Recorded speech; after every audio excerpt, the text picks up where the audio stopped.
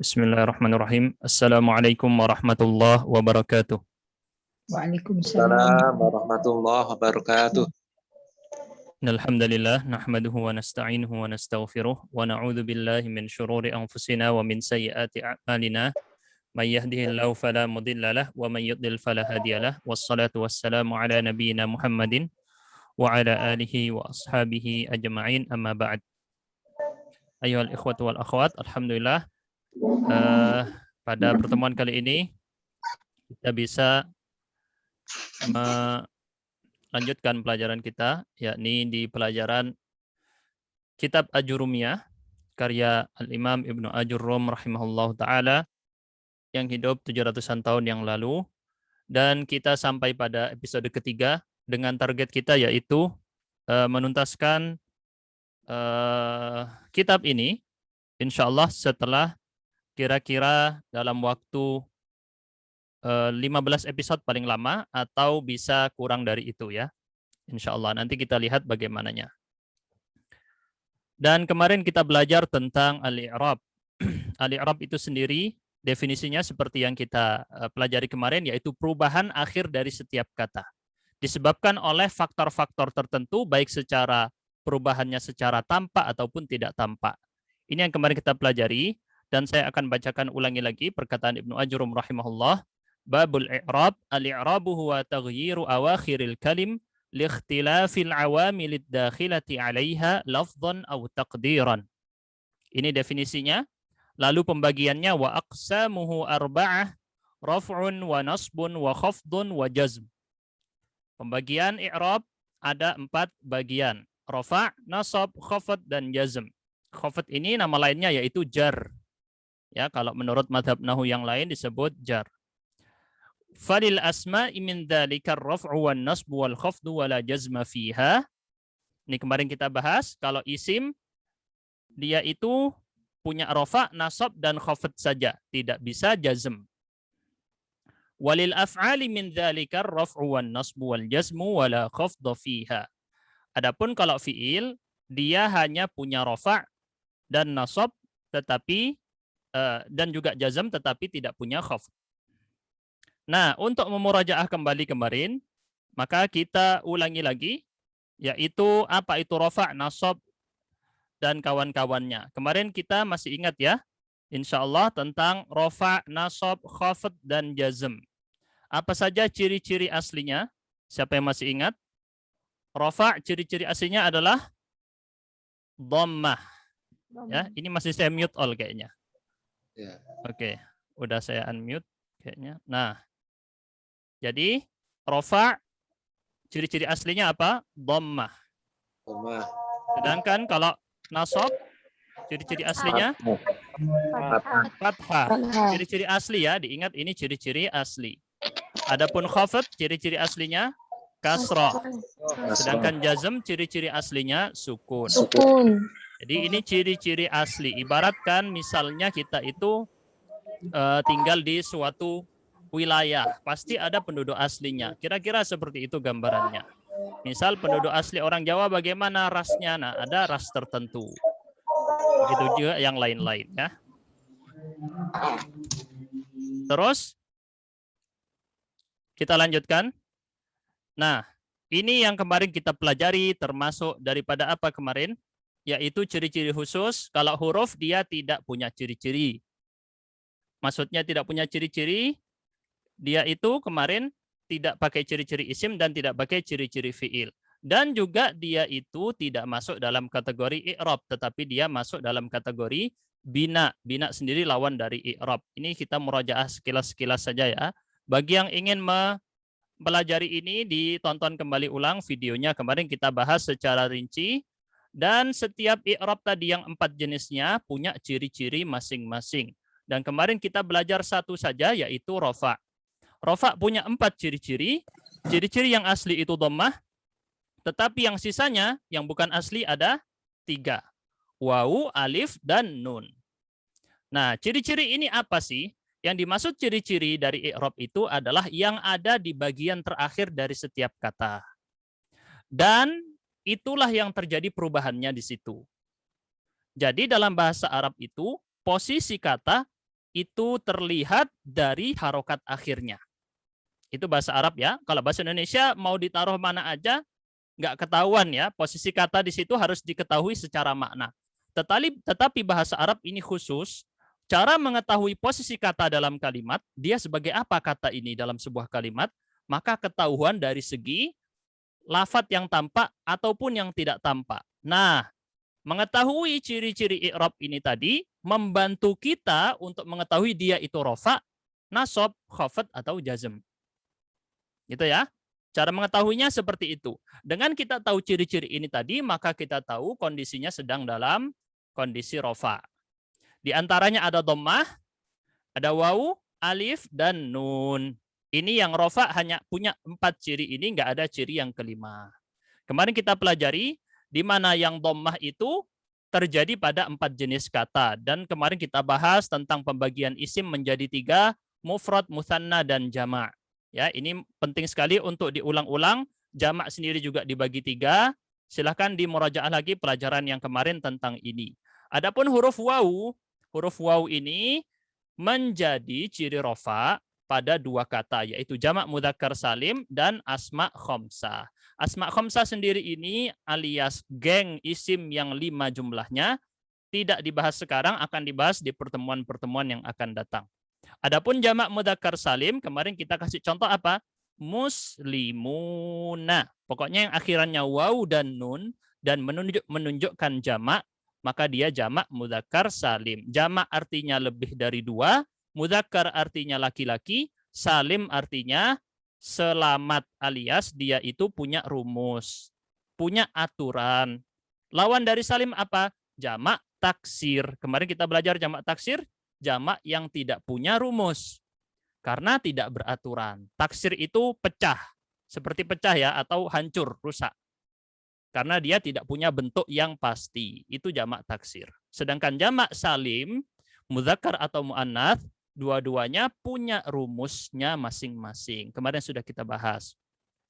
Baik, kita lanjut untuk ciri yang ketiga dari rofa, yaitu alif. Alif sendiri ini menjadi ciri pada satu jenis kata, yaitu mutsanna. Mutsanna sendiri adalah kata yang menunjukkan 2. Kemarin sudah kita jelaskan tentang ini ya.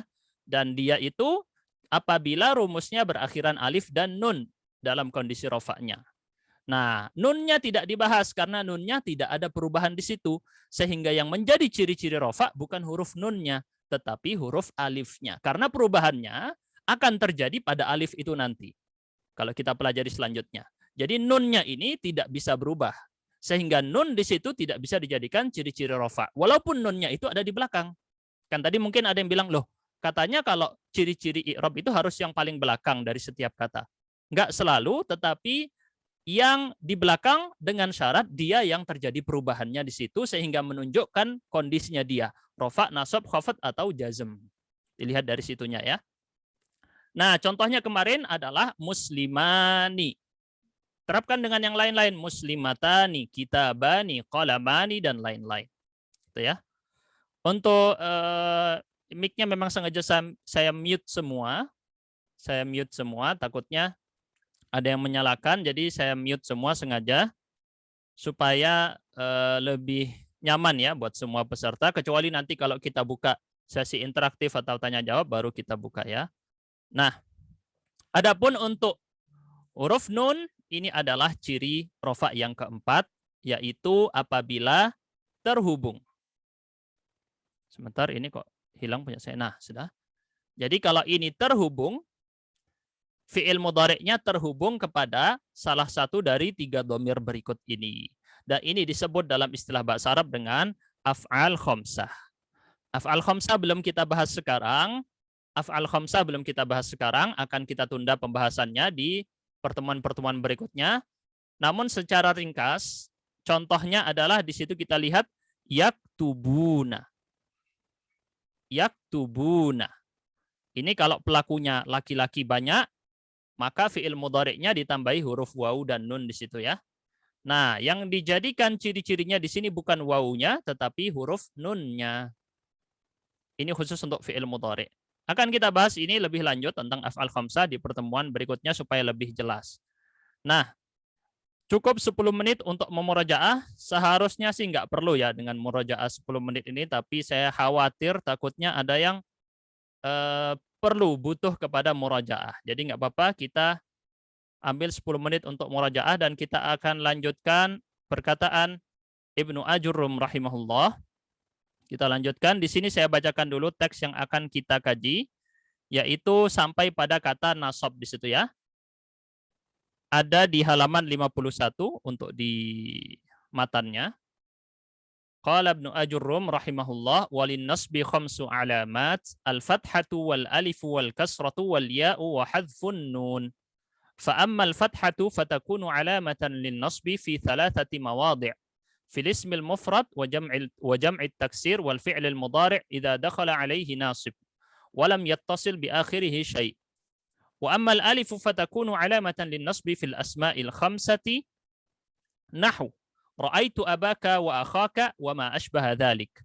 وأما الكسرة فتكون علامة للنصب في جمع المؤنث السالم. وأما الياء فتكون علامة للنصب في التثنية والجمع. وأما حذف النون فيكون علامة للنصب في الأفعال التي رفعها بثبات النون.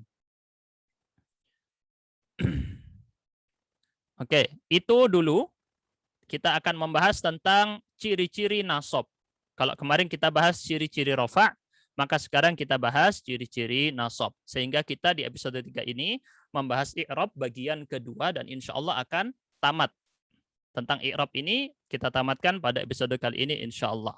Perkataan muallif tadi rahimahullah, bahwasanya nasab memiliki 5 ciri. Sedangkan rofa tadinya punya 4 ciri. Beda ya? Ada tambah 1 di sini lebih banyak. Jadi ada 5 ciri-ciri nasab. Ciri-ciri aslinya, ingat, ciri asli harus dihafal. Jadi ciri asli ini yang paling penting.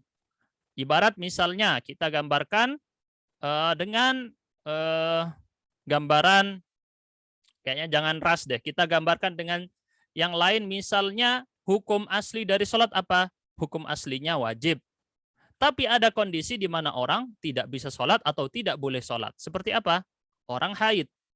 Maka dia keluar dari bentuk aslinya. Seperti halnya di sini, ciri asli adalah ciri yang paling utama. Sehingga harus dihafal. Nasab ciri aslinya fathah. Nah, terkadang dia keluar dari ciri asli, yaitu kepada 4 sisanya. Jadi, penting ya dalam masalah ini, dalam semua ilmu kita akan belajar tentang hal ini. Tentang asli dan cabang. Tentang asal dan furu', tentang akar dan cabang. Jadi ada yang akar, ada yang cabang. Itu banyak sekali dalam fikih, usul fikih, qawaid fikhiyah, dalam ilmu-ilmu yang mustalahul hadits, ilmu tafsir, ilmu apapun, semuanya punya konsep seperti ini dalam ilmu agama syariat Islam. Jadi ada konsep yang sifatnya asli, ada yang sifatnya cabang. Contoh, daging babi apa hukum aslinya? Haram. Tetapi ada hukum cabangnya, yaitu daging babi bisa menjadi halal dalam kategori tertentu, dalam kondisi tertentu. Jadi ini penting ya dalam memahami asli dan cabang, akar dan cabang. Ini fondasi dalam memahami ilmu. Kemudian kita lihat ciri-ciri nasab. Ciri-ciri nasab ada 5, tadi kita sebutkan. 2 ciri berupa harokat, 3 ciri berupa huruf. Ya, diingat baik-baik. Yang harokat, kalau yang asli fathah, kalau yang tidak asli, kasroh. Nasab itu aslinya bentuknya fathah. Ada kondisi dia jadi kasroh. Ada ciri-ciri yang tidak pakai harokat, tetapi pakai huruf. Yaitu huruf alif, huruf ya, dan hadfun nun. Hadfun nun ini adalah penghapusan huruf nun. Huruf nunnya dihapus. Seperti yang saya tunjukkan di layar. Nah, kita akan bahas satu persatu dari ciri-ciri tadi. Ciri yang pertama dari nasab adalah fathah. Nah, fathah ini ciri asli. Kalau yang namanya asli berarti dia punya banyak penerapan. Makanya dia di sini diterapkan pada 3 jenis kata. Makanya dia yang paling banyak karena dia adalah yang asli. Ya, karena dia adalah ciri yang asli. Pertama, dia menjadi ciri asli pada isim mufrad. Ya, isim mufrad yaitu isim tunggal, kata benda tunggal. Contoh itu sudah saya peringkas ya dengan mudah dengan bahasa Indonesia di layar. Innal kitaba shaghirun. Lihat yang warna hijau. Yang warna hijau, ya. Innal kitaba shaghirun. Lihat yang warna hijau, ba. Ah, pakai harokat apa itu? harokat fathah. Jadi ciri-ciri asli di sini kalau nasab pakai harokat akhir fathah. Dan saya sengaja hanya memberikan contoh dengan bantuan inna. Inna dalam bahasa Arab artinya adalah sungguh. Ya, atau sesungguhnya gitu ya. Sungguh untuk menegaskan makna sesuatu bahwa sesuatu benar-benar terjadi atau sesuatu itu benar-benar seperti itu. Sungguh buku tersebut kecil. Innal kitaba shaghirun. Nah, inna di sini adalah faktor yang menyebabkan nasab. Terjadinya nasab pada kata yang datang setelahnya. Jadi inna di sini disebut dengan huruf nasab. Nah, saya hanya mengenalkan satu ini saja. Karena nanti kita akan kenalan dengan yang lain-lain di pertemuan-pertemuan berikutnya. Dan sebaiknya begini ya, dalam mengajarkan ilmu nahwu, tidak dengan menerapkan segalanya, tapi pilih salah satu yang kira-kira memudahkan saja. Nah, inna di sini saya pilih untuk menasobkan isim. Jadi nanti contoh-contoh yang lain pakai inna. Inna, kata yang datang setelah inna, maka berubah harokat akhirnya menjadi, di sini lihat, fathah. Al-kitaba. Innal kitaba shaghirun. Innal kitaba shaghirun. Kalau jamak taksir juga sama, jamak taksir. Contohnya innal kutuba. Al-kutub ini adalah jamak taksir dari kitab. Bentuk jamak yang tidak punya rumus daripada kata kitab. Sehingga di sini dia juga ciri-ciri aslinya masih pakai ciri-ciri asli nasab yaitu fathah. Ya. Yang menyebabkan fathah apa? Yang menyebabkan nasab apa? Ya ini, kata inna di sinilah yang menjadi faktor.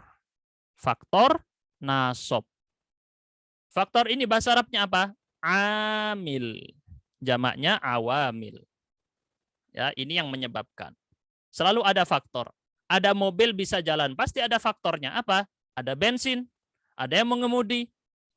Jadi nggak ada sesuatu tiba-tiba muncul gitu aja. Jadi ya kayak gitu ya, adanya makhluk berarti ada yang menciptakan. Begitu juga di sini, al-kutubu aslinya harusnya harokat akhir dhammah, berubah jadi harokat akhir fathah. Kenapa? Karena di sini kena efek nasab. Yang mana yang menyebabkan nasab? Yaitu kata inna. Jelas ya? Adapun untuk fiil, maka saya memilih contoh menggunakan kata lan. Lan di sini adalah huruf nasab yang bermakna tidak akan. Tidak akan. Ya. Lan yadhaba, dia tidak akan pergi. Itu artinya ya. Yadhaba di situ aslinya yadhabu. Aslinya yadhabu. Kalau nggak ada lan, pakai yadhabu, dia pergi. Yadhabu. Tapi karena ada lan, maka berubah menjadi lan yadhaba. Efeknya di situ nasab. Secara tampak mata ada efeknya, lafadznya ada efeknya, secara makna juga ada efeknya. Gitu ya. Inilah teraturnya bahasa Arab sehingga tidak ada siapapun orang yang bisa mengubah-ubah bahasa Arab kecuali pasti ketahuan. Sehingga siapapun yang menerjemahkan Al-Qur'an dengan penerjemahan yang salah atau penafsiran yang salah, berusaha mengubah agama ini kepada ajaran yang berbeda dari ajaran Islam, maka pasti ketahuan. Karena dasar bahasa Arab ini tadi. Ya. Oke, kita lihat sekarang. Di sini lan yadhaba. Lan haruf nasab atau faktor nasab. Sehingga yadhabu, aslinya yadhabu, berubah menjadi yadhaba. Ya, lihat semuanya yang warna hijau adalah tanda fathah menjadi ciri-ciri daripada nasab. Ini ciri-ciri asli, sekarang kita pindah ke ciri-ciri cabang. Kalau cabang ini berarti keluar dari jalur asli, berarti nggak banyak ya, sedikit. Ibarat orang punya bisnis, punya toko ya.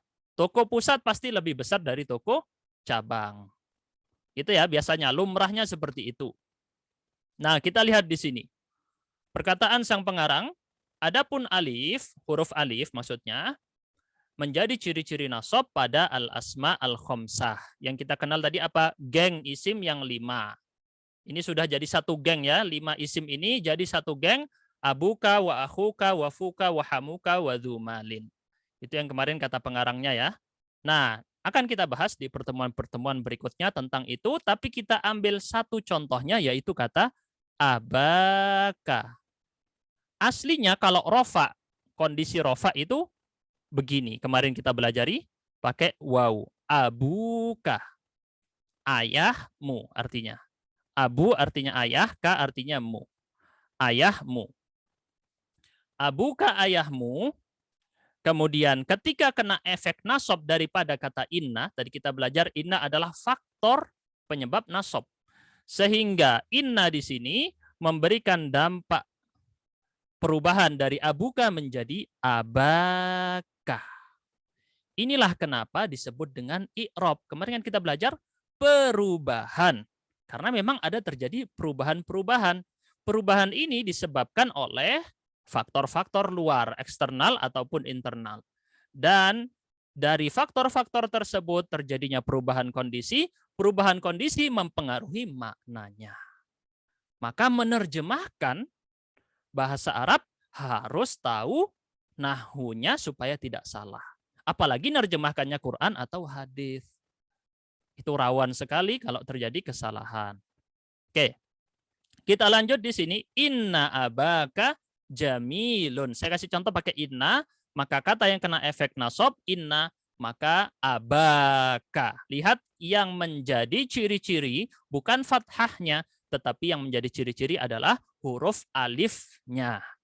Kenapa? Karena dia adalah yang sebenarnya tadinya huruf wawu berubah menjadi huruf alif. Jadi yang dijadikan patokan adalah yang terjadi perubahan di situ. Jelas ya? Jadi kata abuka menjadi abaka. Kita pindah, lanjut ke ciri-ciri berikutnya, yaitu ciri-ciri yang ketiga. Seingat saya ketiga betul ya? Ketiga, yaitu ciri-ciri kasroh. Kasroh ini seharusnya ciri asli dari khafad, tetapi dia malah bisa jadi ciri-ciri nasab. Lumayan agak bikin pusing yang ini ya. Agak lumayan pusing dikit, nggak apa-apa. Tapi kalau dengan contoh insya Allah paham. Cuman nggak usah dipikirin dulu, nanti saya nerapkannya ke contoh-contoh lain gimana. Nggak usah. Jangan terlalu berhayar terlalu jauh. Jadi belajar bahasa Arab itu fokus dengan contoh yang dikasih di buku, udah. Nanti dapat contoh-contoh yang lain kalau ada latihan yang lain. Sekarang fokus dengan contoh yang di buku dulu. Nah, saya kasih lihat di sini contoh yang paling gampang-gampang aja yang saya kasih contoh ya. Dan beginilah seharusnya mengajarkan ilmu nahwu untuk permulaan. Karena di sini walaupun belajar bahasa Arab tingkat menengah, tapi kita setting nahwu untuk pemula. Secara bahasa Arab dia tingkat menengah, tetapi untuk orang yang baru mengenal ilmu nahwu ini untuk tingkatan pemula. Dan mengajar pemula itu saya sarankan tidak perlu mengajar kitab nahwu yang terlalu bertele-tele, terlalu panjang-panjang misalnya ya banyak. Jadi cukup fokus dengan matannya saja, lalu contohnya. Matannya saja penjelasan ringkas, lalu contohnya. Gitu aja. Itu penjelasan yang dicontohkan oleh salah seorang guru saya.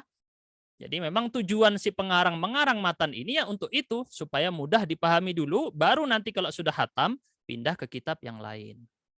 Nah, kita lihat di sini. Kasroh menjadi ciri-ciri nasab pada satu jenis kata, yaitu jamak muannats salim. Jamak artinya lebih dari dua, muannats itu perempuan, salim itu punya rumus. Kemarin sudah kita kasih contoh dengan al-muslimat. Saya kasih tunjuk di sini ya. Kalau bentuk rofaknya bertuliskan seperti ini. Al-muslimatu. Ini kalau rofak. Dan rofak itu bentuk asli isim sebelum kena apapun. Kalau nggak kena efek-efek apapun, maka dia rofak. Gitu ya. Nah, ketika dia terkena efek nasab daripada kata inna, lihat ada kata inna. Ada efek nasab ya, karena dia faktor nasab. Nah, kena ke kata al-muslimatu, bukan dibaca innal muslimatu, juga bukan dibaca innal muslimata. Kalau innal muslimata berarti pakai ciri asli. Enggak. Untuk jamak muannats salim dia tidak pakai ciri-ciri asli dari nasab, tetapi dia pakai ciri yang menyempal, yang keluar dari ciri aslinya. Ciri-ciri cabang, yaitu berupa huruf kasroh. Lihat di layar contohnya, innal muslimati. Innal muslimati fil musalla. Sungguh kaum muslimat sedang ada di dalam musola, tempat sholat. Nah, di situ kita lihat, ya, saya zoom aja biar semakin jelas. Nah, efek dari inna ini yaitu harokat kasroh pada kata al-muslimati. Nah, harokat kasroh ini bukan khafat. Dia tetap dihitung nasob. Walaupun dia kasroh, dia adalah nasob. Dengan ciri-ciri cabang. Ciri-ciri cabang, bukan ciri-ciri asli. Jadi, dengan kita mengenal ada ciri cabang, ada ciri asli, insya Allah semakin jelas.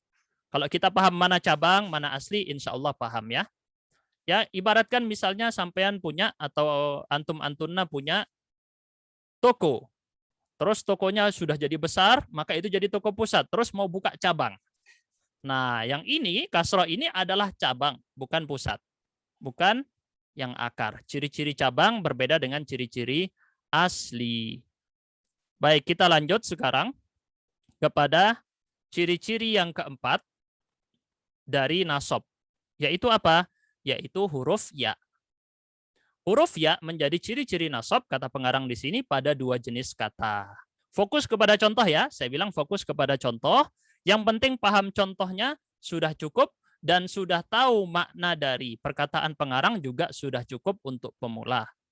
Makanya nanti kalau sudah tamat ajrumiyah ini, jangan dilepas, tapi lanjut dengan kitab nahu yang lain, terserah. Mau kitab nahu yang kira-kira dirasa cocok, lanjut di situ ya.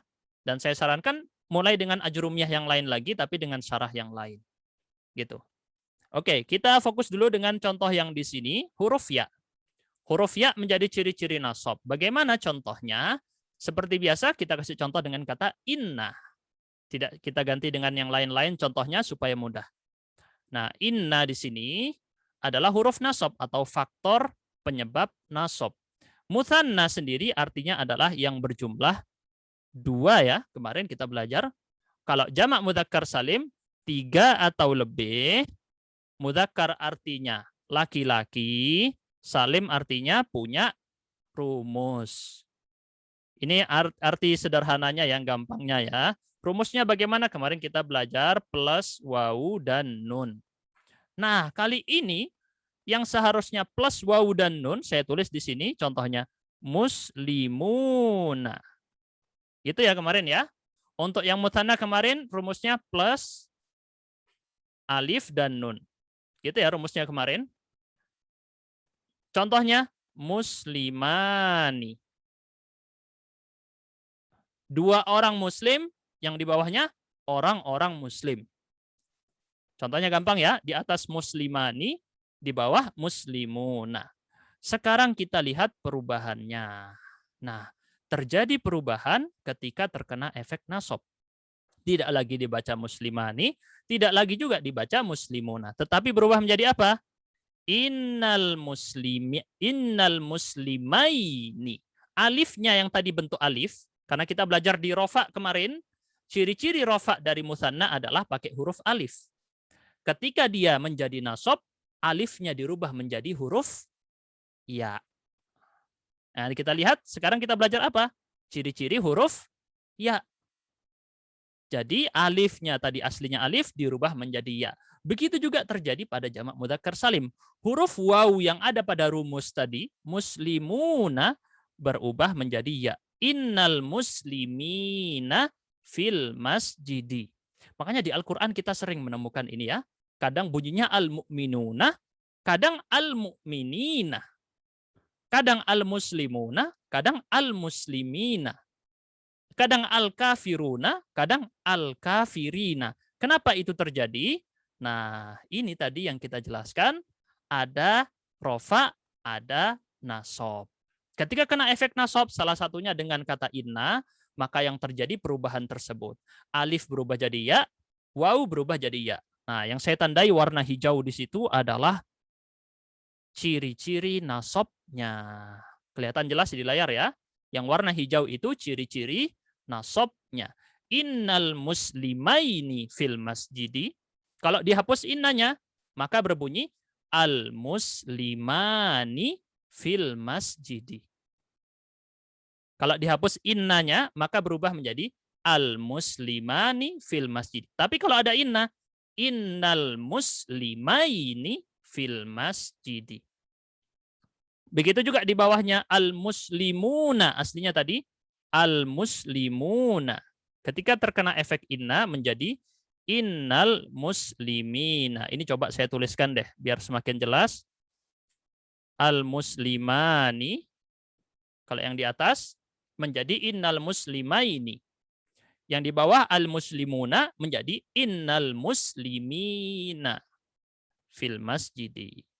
Insya Allah mudah ya untuk contoh-contohnya. Kalau ada yang bingung, boleh langsung ketik di chat ya. Diketik di chat dulu, baru nanti saya, atau klik angkat tangan, itu ada fitur angkat tangan. Jadi kalau mau ada yang mau ditanyakan, klik fitur angkat tangan, nanti kemudian akan saya, oh ini ada yang angkat tangan. Silakan kalau mau bertanya. Di sini, Kaderia, boleh. Kalau mau bertanya. Nah, Ustaz, Bismillah, saya mau nanya yang contoh ciri-ciri nasab yang ketiga. Keberapa? Yang ketiga.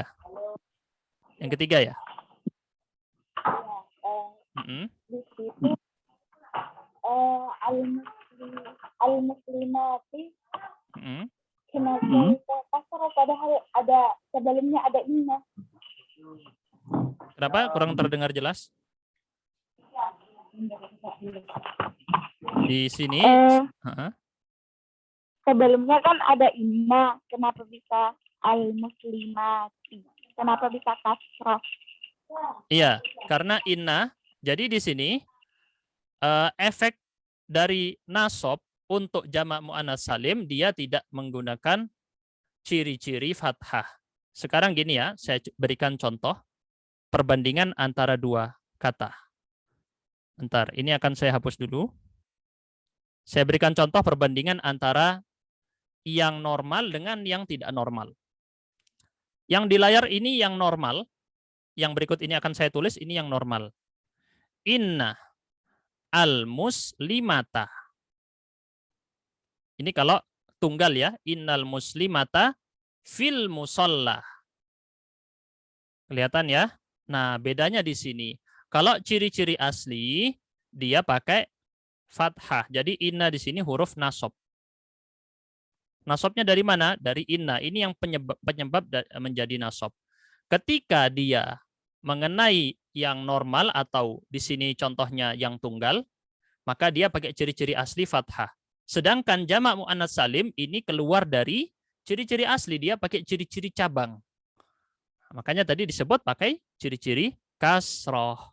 Sehingga berbunyi bukan innal muslimata, tetapi innal muslimati. Gimana? Sudah jelas? Nah, Quran. Jelas ya? Insya Allah ya. Kalau bingung nggak apa-apa bilang. Nggak apa-apa ini, tanya lagi. Oke. Kita lanjutkan dulu. Berikutnya, berarti kita sudah selesai dari semua 4 ciri-ciri, sisanya ciri yang terakhir daripada nasab, yaitu hadfun nun. Apa yang dimaksud dengan hadfun nun? Hadfun itu artinya menghapus. Nun yang dimaksud yaitu huruf nun. Nah, huruf nun di sini bisa dihapus. Huruf nun di sini bisa dihapus apabila terkena efek nasab. Tadi kita kasih contoh untuk penyebab nasab kepada fiil adalah bunyi lan. Kelihatan ya lan di sini. Lan ini artinya adalah tadi apa? Tidak akan. Nah, jadi penghapusan huruf nun menjadi ciri nasab pada af'al khamsah. Af'al khamsah ini fiil yang jumlahnya 5 punya hukum khusus. Dia kayak kelompok khusus untuk 5 fiil dan belum kita bahas sekarang, akan dibahas di pertemuan-pertemuan akan datang. Nah, tapi kita sudah kasih contoh tadi yaitu dengan kata yaktubuna. Kemarin ya kita kasih contoh yaktubuna atau yadhabuna di sini ya. Yadhabuna artinya mereka pergi. Jadi insya Allah kalau yang sudah belajar dasar-dasar ilmu bahasa Arab tahu tentang ini ya. Tapi yang belum enggak apa-apa. Nanti setelah belajar ajrumiyah ini coba berangkat belajar bahasa Arab dasar-dasarnya supaya paham dengan yang kita jelaskan sekarang. Karena ini pelajaran tingkat menengah. Tapi nggak apa-apa, jangan melarang diri dari mengambil faedah dari pelajaran ini. Nah, kita lihat kata yadhabuna. Yadhabuna artinya mereka pergi. Ini salah satu dari 5 fiil yang punya kekhususan atau disebut dengan al-af'al al-khamsah. Kata yadhabuna, mereka pergi. Di sini kalau yang rofa. Jadi yang saya tunjukkan di layar ini, yang atas itu kondisi rofa. Pakai tanda nun. Kemarin kita belajar ciri-ciri nun ada pada af'al khamsah. Ketika dia nasab, terkena huruf lan, maka yang terjadi apa? Yang terjadi ya itu tadi. Dihapus huruf nunnya. Nggak kelihatan lagi huruf nunnya dihapus. Lan yadhabu ilal musalla. Yadhabuna ilal musalla, mereka pergi ke musalla. Lan yadhabu ilal musalla, mereka tidak akan pergi ke musalla. Nah, di sini huruf nunnya hilang. Hilangnya huruf nun di sini disebut sebagai ciri-ciri nasab. Sebagai ciri-ciri nasab. Pada apa? Pada af'al khamsah. Itu ya. Kita pahami segini dulu, ringkas, tenang. Nanti di pembahasan tentang af'al khamsah ini diulang lagi dengan versi lengkap. Gitu ya. Af'al khamsah itu kalau rafa gimana, kalau nasab gimana, kalau jazm gimana, dijelaskan nanti insya Allah perbandingannya. Jadi kita belajar dari satu sudut pandang, nanti kita belajar dari sudut pandang yang lain untuk menguatkan materi yang sekarang kita pelajari. Jangan khawatir. Gitu ya. Oke, sekarang kita lanjut. Ini adalah gambaran skema ciri-ciri i'rab. Ciri-ciri i'rab ada 4 ya. 1. Diingat urutannya, rofa. 2. Nasab. 3. Khafat atau jar. 4. Jazm. Nah, urutannya ini penting diingat supaya mudah menghafalnya. Nah, kalau rofa ciri-ciri aslinya yaitu adalah dhammah. Kita tulis di sini dhammah, ciri-ciri aslinya. Yang di dalam kotak itu ciri-ciri asli, yang berakar ke atas itu cabangnya. Cabangnya ada wawu, alif, dan nun. Kemarin kita bahas sudah ya tentang wawu apa saja, alif apa saja, nun apa saja. Nasab yang kita pelajari hari ini, ciri-ciri aslinya adalah fathah. Ya. Dan cabang dari ciri-ciri fathah bisa jadi pakai alif, bisa jadi kasroh, bisa jadi ya, bisa jadi penghapusan huruf nun yang barusan kita pelajari. Nah, sisanya jazm dan khafat akan kita pelajari juga pada pertemuan kali ini. Dan skema ini insya Allah cukup untuk memudahkan. Khafat itu ciri-ciri aslinya kasroh, jazm itu ciri-ciri aslinya sukun. Sukun. Semoga kelihatan jelas ya tulisan saya. Oke, bentar. Nah, jadi di sini kalau kita sudah paham insya Allah tentang materi berikut secara gambaran ringkas, tidak usah terlalu pusing misalnya ada agak sedikit kesulitan, nggak apa-apa. Nanti akan dikembangkan lebih dalam lagi di bab selanjutnya. Jadi akan ada pengulangan materi barusan dengan dari sudut pandang yang lain. Kita akan beranjak kepada pembahasan khafat karena barusan rofa sudah selesai kita bahas ya. Kita tanda checklist di sini, rofa selesai. Nasab juga sudah selesai kita bahas barusan 5 ciri-cirinya, mulai dari ciri asli, fathah, lalu ciri-ciri cabang yang 4. Nah, kali ini kita akan membahas khafat dan jazm yang jauh lebih gampang, lebih sedikit pembahasannya. Kalau rafa dan nasab ini banyak, khafat dan jazm ini enggak terlalu banyak. Mudah insya Allah. Mari kita bahas tentang khafat dan jazm. Sebelum itu maka kita akan bacakan dulu perkataan sang pengarang Ibnu Ajurrum rahimahullah. Walaupun tadi sudah kita baca, belum yang ini ya. Kalau yang khafat belum kita baca. Qala Ibnu Ajurrum rahimahullah, walil khafdi 3 alamat, al-kasratu wal ya'u wal fathah. Fa ammal kasratu fatakunu alamatan lil khafdi fi 3 mawadhi'. Fil ismil mufradil munsharif wa jam'it taksiril munsharif wa jam'il muannatsis salim. Wa ammal ya fatakunu alamatan lil khafdi fi thalathati mawadhi' fil asma'il khamsati wa fit tathniyati wal jam'. Wa ammal fathatu fatakunu alamatan lil khafdi fil ismi alladhi la yansarif. Di sini pengarang sudah menyebutkan 3 ciri-ciri khafd, nanti akan kita ulangi secara rinci. Walil jazmi alamatan as-sukun wal hadf. Fa amma as-sukunu fayakunu alamatan lil jazmi fil fi'l al-mudhari' as-sahih al-akhir. Wa amma al-hadfu fayakunu alamatan lil jazmi fil fi'l al-mudhari' al-mu'tal al-akhir wa fil af'al allati raf'uha bi thabatin nun atau bi thubutin nun. Ya, jadi dalam sebagian naskah atau manuskrip bunyinya thabat, sebagian manuskrip bunyinya thubut, bi thubutin nun bi thabatin nun. Dua-duanya boleh ya. Oke. Panjang kalau kita jelaskan tentang metode penelitian manuskrip. Intinya dua-duanya tertulis bisa thabat, bisa thubut. Kita lanjut. Kita bahas ciri-ciri khafd. Seperti kata pengarang di sini hanya ada 3 ciri-ciri.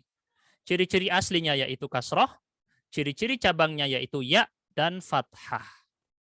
Oke, diingat baik-baik ya.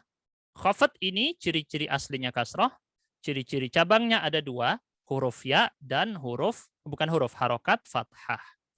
Baik, kita akan bahas di sini. Nah, ingat dulu baik-baik, khafd ciri khusus isim alias fiil dan huruf tidak punya ciri-ciri dari khafd ini. Khafd ini tidak berlaku pada fiil, khafd ini juga tidak berlaku pada huruf. Dia hanya berlaku khusus untuk isim. Nah, kasroh yang menjadi ciri-ciri asli seperti biasa, berarti pembahasannya jauh lebih banyak. Di mana di sini dia terpraktekkan pada 3 jenis kata. Di situ sudah saya kasih contoh dengan mudah. Ada 3 kata yang memiliki ciri-ciri kasroh sebagai ciri asli dari khafd. Pertama, semuanya harus fokus ya. Harus fokus dengan yang di layar. Jadi memang belajar nahu ini tidak bisa disambil mendengarkan aja. Agak sulit. Tapi kecuali kalau emang kuat, maka nggak apa-apa. Sambil membayangkan. Tapi kalau mau lebih mudah, menggunakan 2 panca indera, penglihatan dan pendengaran. Dua-duanya harus bekerja bersamaan. Kalau cuma melihat saja kurang paham, kalau cuma mendengar saja juga takutnya kurang paham. Jadi harus dua-duanya bermain. Jadi harus fokus, jangan pendengarannya dengerin, tapi penglihatannya kemana-mana. Jadinya tidak fokus nanti. Nah, kita lihat di sini, ya ada 3 jenis kata yang memiliki ciri-ciri kasroh apabila dalam kondisi khafd. Isim mufrad seperti biasa, dan yang lain-lain juga isim mufrad tadi ya.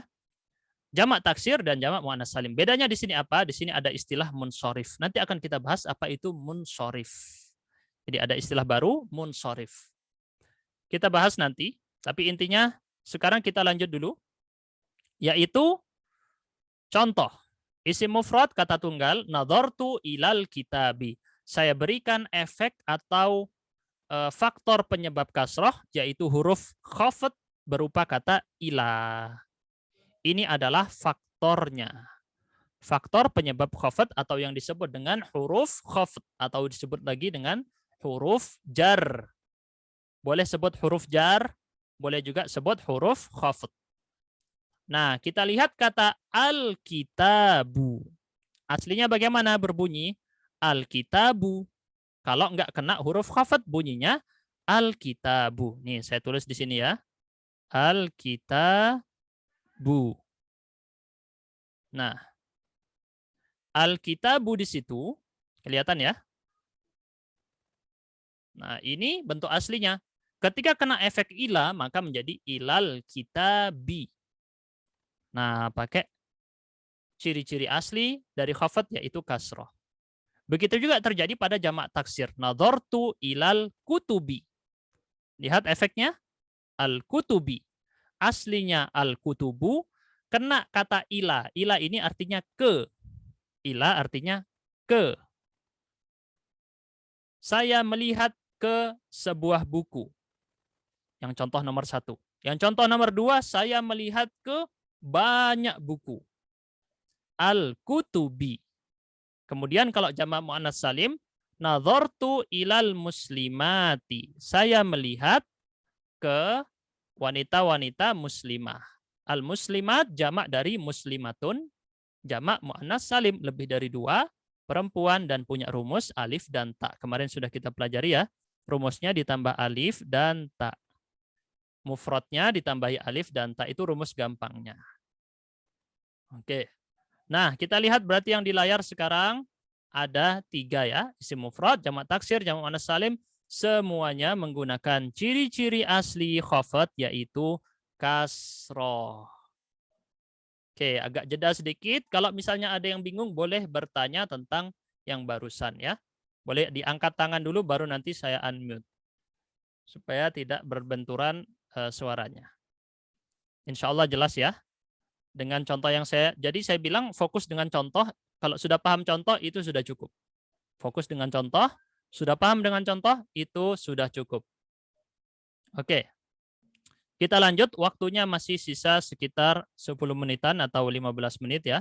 Di sini kita lanjut dengan huruf ya. Huruf ya menjadi ciri-ciri khafat pada 3 jenis kata. Berarti huruf ya ini ciri asli atau ciri cabang?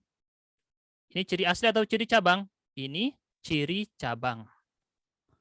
Nah, menjadi pada 3 jenis kata berikut ini, saya kasih tunjuk di sini. Asma khamsah, tadi sudah kita ingat, asma khamsah, geng isim yang jumlahnya 5. Punya anggota 5, punya kekhususan mereka ya. Kemudian musanna yang jumlahnya 2, jamak mudzakkar salim, laki-laki yang jumlahnya banyak. Ini mirip dengan yang tadi kita pelajari, hanya saja sekarang ini dalam bentuk khafat. Ila, kata ila yang berarti ke di sini, adalah faktor khafatnya. Yang menyebabkan khafat, si biang keladi atau biang keroknya adalah ilah. Ya, abika di sini adalah korbannya yang terkena efek khafat. Abuka aslinya berbunyi gimana? Aslinya berbunyi abuka. Nah, ini kan tadi kita belajar ya. Ada abuka, ada abaka, sekarang jadi abika. Jadi di sini mulai kita lihat ada perubahan terjadi dari kata abun. Abun ayah, abuka ayahmu, abika ayahmu, abaka ayahmu juga. Hanya berbeda posisinya, kondisinya. Ada yang rofa, nasab, ada khafat. Ini yang kali ini adalah khafat. Makanya kita sering dengar mungkin ya, an Abi Hurairah radhiyallahu anhu. Makanya banyak bacanya an Abi Hurairah, bukan an Abu Hurairah. Walaupun kalau diterjemahkan jadi Abu Hurairah. Tapi ketika khafat dibaca Abi Hurairah. Karena efek khafat. Efek jar. Kita lihat di sini berikutnya. Kalau musanna. Musanna itu tadi kita kasih contoh. Muslimani. 2 orang muslim. Kalau jamak mudzakkar salim gimana contohnya? Muslimuna. Ini saya selalu fokus dengan satu contoh aja. Karena cukup dengan tahu contoh ini, nanti bisa tahu teorinya. Makanya saya bilang fokus dengan contoh, dipahami contohnya baik-baik, insya Allah akan tahu penerapannya nanti. Yang penting fokus dengan contoh, tahu penerapannya, dengan contoh tersebut aja, insya Allah nanti bisa dikiaskan yang lain-lain, bisa dianalogikan. Nah, kita lihat di sini muslimani ketika terkena efek ila menjadi nadhartu ilal muslimaini. Alifnya di sini berubah menjadi huruf ya. Karena kita sedang membahas ciri huruf ya menjadi ciri khafat. Di nomor 1 yang warna hijau, huruf ya. Di nomor 2 yang warna hijau, huruf ya juga. Begitu juga di nomor 3, contohnya yang warna hijau, saya tandai stabilo hijau itu, juga huruf ya. Maka bacanya nadhartu ilal muslimina. Bukan ilal muslimuna, tetapi ilal muslimina. Oke, insya Allah jelas ya tentang konsep ini. Fokus dengan contoh, insya Allah itu sudah cukup. Kita lanjut, adapun yang sekarang ini agak rumit sedikit apabila dalam kondisi nasab menggunakan ciri-ciri fathah. Dan untuk ini, yang ini, dia hanya berlaku pada isim ghairu munsharif atau disebut dengan istilah tidak munsharif. Nah, kali ini kita akan bahas ini secara ringkas. Adapun secara rinci, Ini baru kita pelajari, insya Allah, di pertemuan terakhir dari kitab Ajurumiyah. Jadi masih lama pembahasan yang secara rinci. Kita sekarang membahas secara nyicil. Kita cicil dulu pelajarannya ini dengan memahami konsep berikut ini. Jadi dalam bahasa Arab, isim atau kata benda, dari sebuah sudut pandang, dilihat dari munsharif atau tidak, maka terbagi menjadi dua. Ada yang munsharif, ada yang tidak munsharif. Munsharif itu apa sih maksudnya? Munsharif itu adalah punya kasroh dan bisa juga kena tanwin. Bisa pakai kasroh, bisa pakai tanwin. Gitu aja, gampang ingatnya ya. Munsharif itu bisa pakai kasroh, bisa pakai tanwin. Kalau tidak munsharif, tidak bisa pakai kasroh, tidak bisa pakai tanwin. Nah, makanya karena ini agak rumit, tidak dibahas sekarang, tetapi dibahasnya di perjumpaan terakhir, insya Allah di episode terakhir kitab Ajurumiyah. Nah, sekarang kita cuman bahas satu aja contoh dari yang tidak munsharif. Ingat, yang tidak munsharif. Kenapa? Karena yang dari tadi kita bahas yang munsharif semua. Yang paling banyak, yang mayoritas, ini mayoritas adalah munsharif. Nah, berarti yang tidak munsharif apa? Minoritas. Sedikit ya, tidak banyak. Nah, kalau yang tadi yang kita bahas semuanya itu namanya munsharif. Yang sekarang kita bahas yang tidak munsharif. Contohnya kita ambil satu contoh, yaitu nama asing. Nama asing dalam bahasa Arab, nama asing itu disebut tidak munsharif. Contohnya apa? Ibrahim. Mungkin pada kaget ya. Loh, Ibrahim itu kan nama Arab, nama Nabi. Enggak, Ibrahim itu bukan nama Arab. Nama-nama Nabi itu semuanya tidak bahasa Arab. Hanya satu Nabi yang pakai bahasa Arab. Siapa? Nabi Muhammad SAW. Selain dari Nabi Muhammad, semuanya bukan nama Arab. Ya, karena mereka tidak pakai bahasa Arab. Semuanya tidak pakai bahasa Arab. Cuma Nabi Muhammad yang pakai bahasa Arab. Mungkin baru tahu sebagian dari peserta ya. Jadi Ibrahim itu bukan nama Arab. Jadi Ibrahim itu bukan ke Arab-Araban. Ibrahim itu justru bukan nama orang Arab, nama asing. Nama Nabi kita Ibrahim. Kita nggak bahas itu secara rinci sekarang. Intinya adalah Ibrahim di sini tidak bisa pakai kasroh, tidak bisa pakai tanwin. Khafat, kita sekarang lagi bahas apa? Khafat. Khafat itu atau jar, ciri-ciri aslinya apa? Kasroh. Seharusnya kasroh. Kalau ada kata ilah, maka kata yang datang setelah ilah harusnya harokat akhirnya kasroh. Tetapi di sini dikecualikan, yaitu kata yang nama asing dia tidak bisa pakai kasroh, maka dia lompat pindah menjadi Ibrahima pakai fathah. Nadhartu ila Ibrahima. Seharusnya gimana? Seharusnya nadhartu ila Ibrahimin. Seharusnya gitu. Kalau pakai yang konsep normal.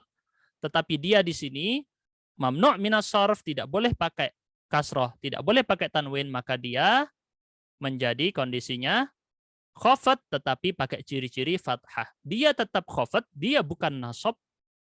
Dia khafat tetapi dia pakai ciri-ciri fathah. Gitu ya. Oke. Waktunya masih sisa 5 menitan lagi dan ini akan kita tutup dengan pembahasan jazm. Kita ingat ya, ini hanya melihat nahu dari secara keseluruhan. Rinciannya nanti dia pelajari lagi. Jadi jangan khawatir, aduh sekarang kok saya kayaknya pusing, udahlah saya berhenti, tidak belajar lagi. Enggak, jangan kayak gitu. Belajar itu kalau tidak bisa paham seluruhnya, jangan ditinggalkan seluruhnya. Kalau tidak bisa seluruhnya, jangan ditinggalkan seluruhnya. Contoh, mau buka puasa, makan ini. Aduh, gak kuat saya makan, terus nggak bisa makan sekalian. Ya nggak kayak gitu. Namanya makan ya udah makan sebisanya aja. Gitu juga dan belajar sebisanya, diambil yang bisa, yang nggak kuat nanti akan diambil di waktu yang lain kayak makan. Gitu ya. Nah, sekarang kita lihat jazm. Jazm ini adalah i'rab yang terakhir yang kita bahas dan insya Allah kita hatam tentang i'rab di sini ya secara ringkas. Memiliki dua ciri-ciri. Yaitu sukun. Sukun adalah ciri asli. Ciri yang tidak asli atau yang ciri cabang yaitu penghapusan. Ini paling gampang jazm ya. cuman punya 2 ciri-ciri. Yang lain pusing kita mikirnya, kok banyak ciri-cirinya yang lain. Tapi jazm ini paling gampang. Jadi ya kalau misalnya pengen cepat hafal, ini jazm ini paling gampang. Jadi kita fokus sekarang. Jadi kalau jazm ciri-ciri khusus untuk fiil. Jadi isim tidak punya jazm, harf tidak punya jazm. Yang punya jazm apa? Hanya fiil. Diingat baik-baik ya, ini ciri-ciri khusus untuk fiil. Oke, kita lihat. Sukun adalah ciri-ciri asli. Ya, ciri-ciri asli pada apa? Pada fiil mudhari yang sahih bagian akhirnya. Nah, sekarang kita bahas apa ini sahih dan tidak di dalam bahasa Arab. Kalau dalam ilmu hadis, sahih dan tidak ada hadis sahih, ada hadis yang lemah ya, hadis dhaif. Apabila hadis itu punya penyakit, maka disebut hadis dhaif. Kalau tidak punya penyakit, disebut hadis sehat atau sahih. Gitu juga dalam bahasa Arab, ada fiil yang berpenyakit, ada fiil yang sehat. Itu ya. Nah, dalam bahasa Arab gimana kita mendeteksi penyakit? Dilihat dari hurufnya. Kalau ada huruf illah, penyakit pada akar kata ini belum kita jelaskan ya tentang akar kata, tapi insya Allah kalau yang belajar bahasa Arab pemula sudah tahu tentang akar kata dikit-dikit ya. Jadi kalau dalam akar kata ada huruf alif atau waw atau ya, maka itu penyakit. Alif, waw, dan ya ini adalah penyakit dalam fiil mudhari. Kalau ada alif atau waw atau ya, maka kaedah-kaedah yang diletakkan oleh para ulama bahasa Arab jadi kacau gara-gara penyakit ini. Makanya disebut penyakit. Karena kaedah yang sudah capek-capek dibuat diberantakin sama si penyakit-penyakit ini. Dibikin berantakan. Makanya di sini para ulama kemudian meletakkan, nah ini ada kaedah untuk fiil yang berpenyakit, ada kaedah untuk fiil yang sehat. Dipisahkan kaedahnya. Gitu ya. Nah, kita lihat alif, waw, dan ya ini namanya huruf illah. Kalau sahih, berarti fi'il mudhari yang sahih, berarti, ya silakan yang mau izin live, karena sudah waktunya berbuka di sana ya. Jadi fi'il mudhari yang bagian akhirnya ini sahih. Sahih berarti apa? Tidak punya penyakit ini. Seperti apa tadi contohnya? Yadhabu. Pergi. Yadhabu artinya apa? Pergi. Kita lihat di situ. Ada enggak penyakitnya? Tidak ada. Tapi ada huruf ya. Ya di sini bukan akar kata. Akar katanya hanya yang ini. Dzal, ha, dan ba.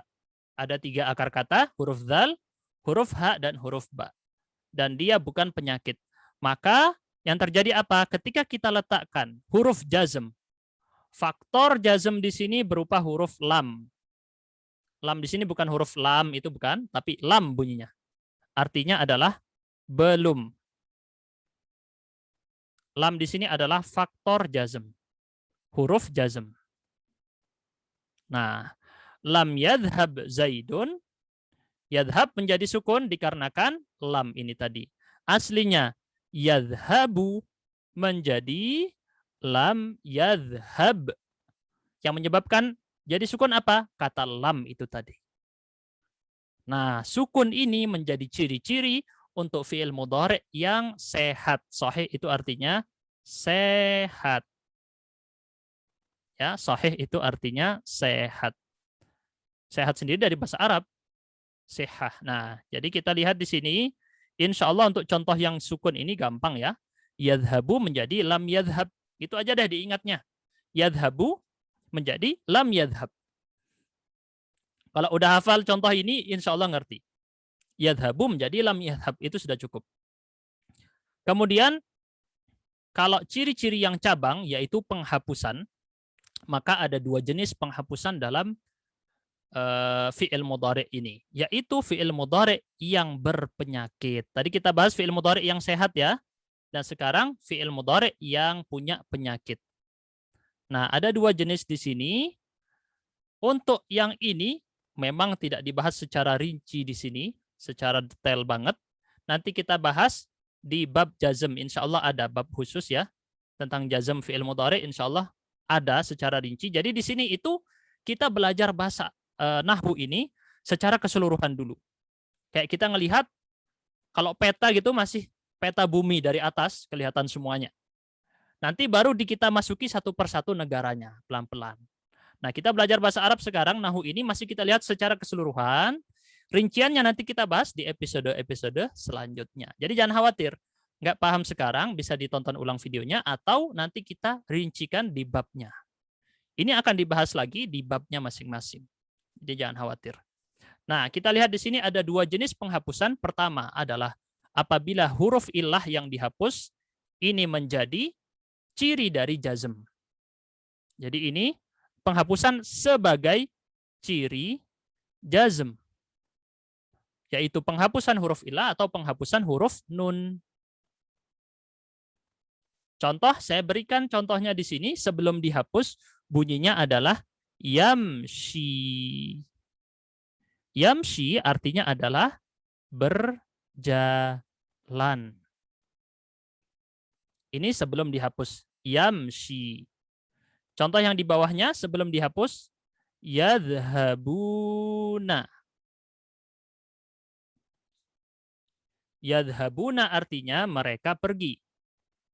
Ya, seperti yang tadi di af'al khamsah kita selalu pakai contoh ini. Kenapa nggak pakai contoh-contoh lain? Apalagi ambil contoh dari Al-Quran misalnya. Jangan dulu. Kalau untuk pemula kita ambil yang gini-gini dulu, yang diulang-ulang terus. Dari kita ulangi yadhabuna, yadhabuna, yadhabuna. Supaya benar-benar teringat di pikiran kita. Nggak pernah saya pakai contoh yang lain kan? Di sini lam, selalu pakai contoh yang lam. Lam, lam, lam. Biar mengerti perbedaan antara satu dengan yang lain tadi. Oke, kita lihat kata yamshi, artinya berjalan. Ketika terkena efek jazm, kita hapus huruf ilahnya, yaitu huruf ya di sana. Saya zoom di sini. Nah, kelihatan huruf ya yang ada pada kata yamshi di sini akan kita hapus. Apa yang menyebabkan penghapusan tadi? Faktor jazm dari lam. Lam di sini berperan penting untuk menghapus itu tadi, karena dia menjadi pelaku jazm atau faktor jazmnya. Huruf jazmnya yaitu lam, maka yang aslinya berbunyi yamshi zaidun, zaid berjalan, kita letakkan kata lam menjadi lam yamshi zaidun. Hilang huruf ya-nya di situ. Ya-nya hilang.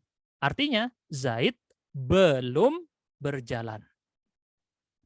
Yamshi zaidun, zaid berjalan. Lam yamshi zaidun, zaid belum berjalan. Hilang huruf ya-nya di sana ya. Adapun yang kedua adalah contoh apabila huruf nunnya yang dihapus. Huruf nun yang dihapus dari kata yadhabuna. Kita lihat kata yadhabuna. Mereka pergi. Atau kita kasih contoh yang lain boleh. Yang sering di Al-Quran apa? Yu'minuna. Sering ya di Al-Quran ya. Yu'minuna. Nah, yu'minuna ketika kita kenai efek jazm, maka menjadi lam. Lam di sini sebagai faktornya. Lalu kita letakkan kata setelahnya yu'minu. Seharusnya ada na. Tapi kita hapus nanya menjadi lam yu'minu. Yu'minuna artinya mereka beriman. Lam yu'minu mereka belum beriman. Lam itu artinya belum. Ini arti secara untuk pemula. Tapi ada arti yang lebih rincinya, bukan berarti belum ya. Kalau yang lebih rinci ada penjelasannya, nggak bisa dibahas sekarang. Nah, lam yu'minu, mereka belum beriman. Jadi jelas ya, insya Allah ini yu'minuna menjadi lam yu'minu. Maka ciri-ciri jazm di sini adalah dihapusnya huruf nun di sini tidak ada. Oke, sampai di sini saja pertemuan kita pada perjumpaan kali ini. Jam sudah menunjukkan waktu 1:05 ya. Kelewatan 5 menit. Kalau ada yang mau bertanya boleh. Kalau tidak ada maka akan kita tutup sampai di sini saja. Agak banyak memang. Nanti kalau misalnya kayaknya kebanyakan langsung satu kali masuk semuanya, kayaknya cuman keambil sebagian. Nah, nanti ditonton ulang aja video rekamannya.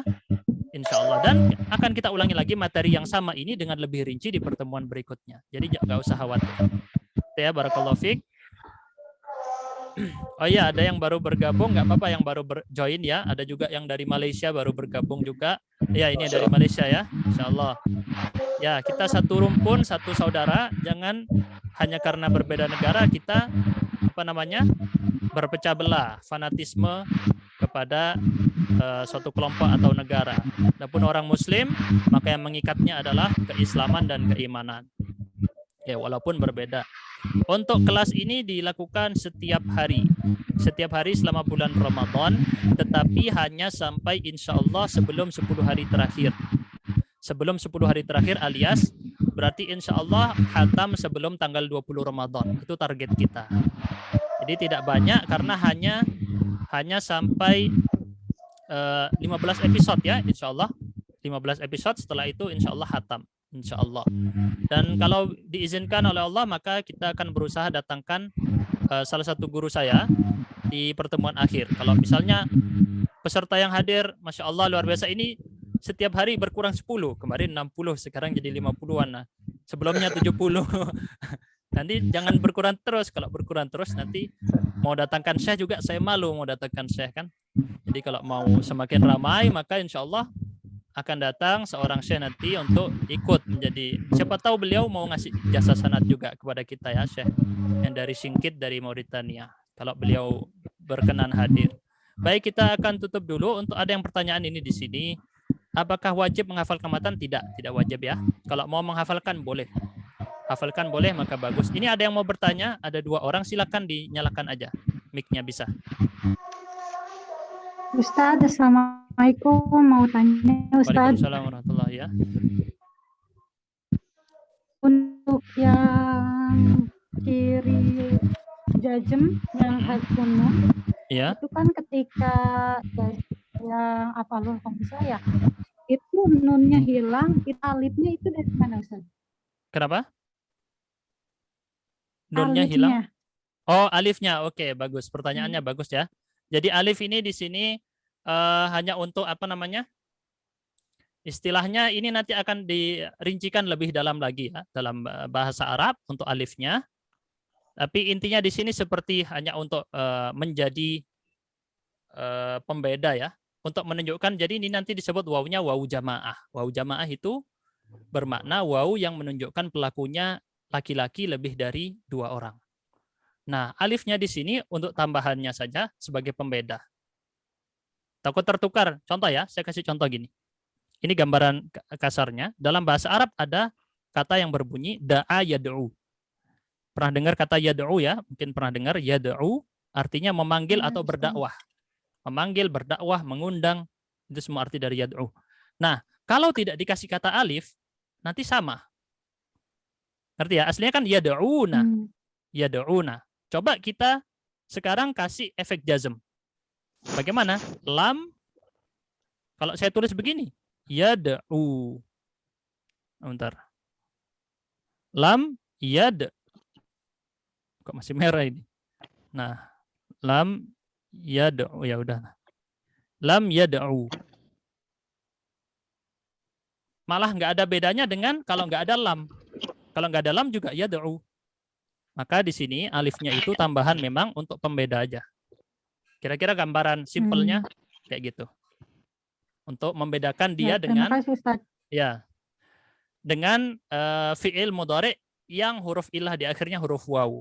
Itu gambaran rincinya. Jadi biar beda dengan yang lain. Itu banyak di dalam bahasa Arab, nanti contoh-contohnya ada untuk pembeda-pembeda itu. Banyak nanti kita kalau ketemu maka kita jelaskan. Fungsinya untuk membedakan. Jelas ya? Ada lagi yang mau bertanya? Itu Ummu Syifa, silakan. Bagi yang mau live dulu boleh juga, ya.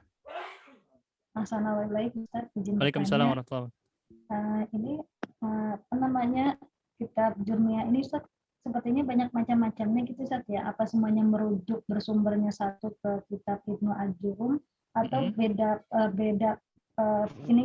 apa namanya musannifnya gitu. Seperti kitab yang Ustaz share ini ada Al-Mumti, ada Tafsirul Ajurum, terus ada Tuhfatus Saniyah, ada juga Al-Mutammimah.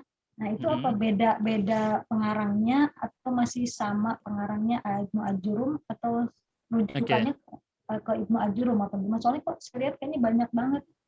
Iya, bagus pertanyaannya, bagus ya untuk memperjelas. Jadi dalam ilmu kita, ilmu orang-orang yang dikarang oleh para ulama, ada yang diistilahkan dengan matan,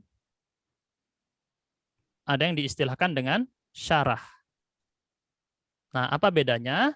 Matan ini yang misalnya dalam sebuah hadis, nah matan itu yang diucapkannya itu tadi ya, yang diriwayatkan itu. Tidak harus perkataan Rasul juga, tapi bisa perkataan sahabat yang meriwayatkan itu juga bisa disebut matannya juga. Intinya matan itu adalah intinya. Apa ya istilahnya ya? Kayak inti lah gitu, tulis saja inti. Syarah ini interpretasinya atau penjelasan.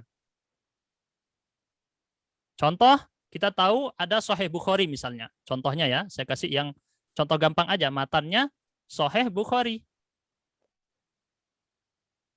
Nah, tapi di kitab-kitab para ulama ada yang mensyarah Sahih Bukhari, misalnya namanya Fathul Bari, punyanya Ibnu Hajar. Nah, Fathul Bari ini mensyarah Sahih Bukhari. Nah, yang sekarang kita pelajari apa? Matannya adalah Ajrumiyah. Syarahnya ada banyak sekali. Bentar, jadi syarahnya jadi Ajrumiyah ini ya. Ini matan.